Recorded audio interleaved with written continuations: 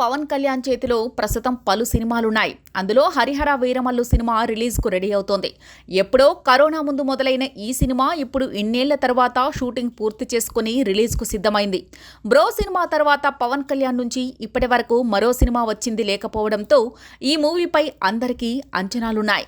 2 ఏళ్ల తర్వాత పవన్ నుంచి సినిమా వస్తుండటంతో ఇప్పుడు పవన్ ఫ్యాన్స్ ఈ సినిమా కోసం ఎంతగానో ఎదురు చూస్తున్నారు.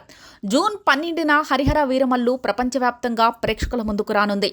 రిలీజ్ దగ్గర పడుతుండటంతో చిత్ర నిర్మాత ఏఎం రత్నం ఈ సినిమా రిలీజ్కు అన్ని రకాల ఏర్పాట్లు చేస్తూ ఆయా పనుల్లో బిజీగా ఉన్నారు. అందులో భాగంగానే టికెట్ రేట్ల పెంపు కోసం కూడా రత్నం తెలుగు రాష్ట్ర ప్రభుత్వాలను కలిశారు.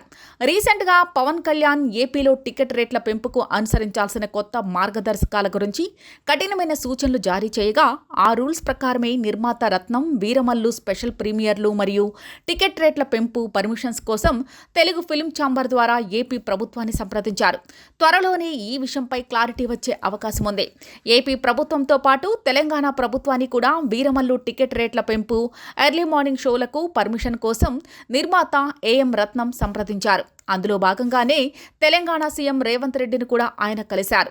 దీనిపై కూడా త్వరలోనే జీవో రిలీజ్ కానుంది. వీరమల్లు రిలీజ్కు 2 తెలుగు రాష్ట్ర ప్రభుత్వాలు స్పెషల్ షోలు, టికెట్ రేట్ల పెంపుకు పర్మిషన్ ఇస్తేనే అందరూ భావిస్తున్నారు.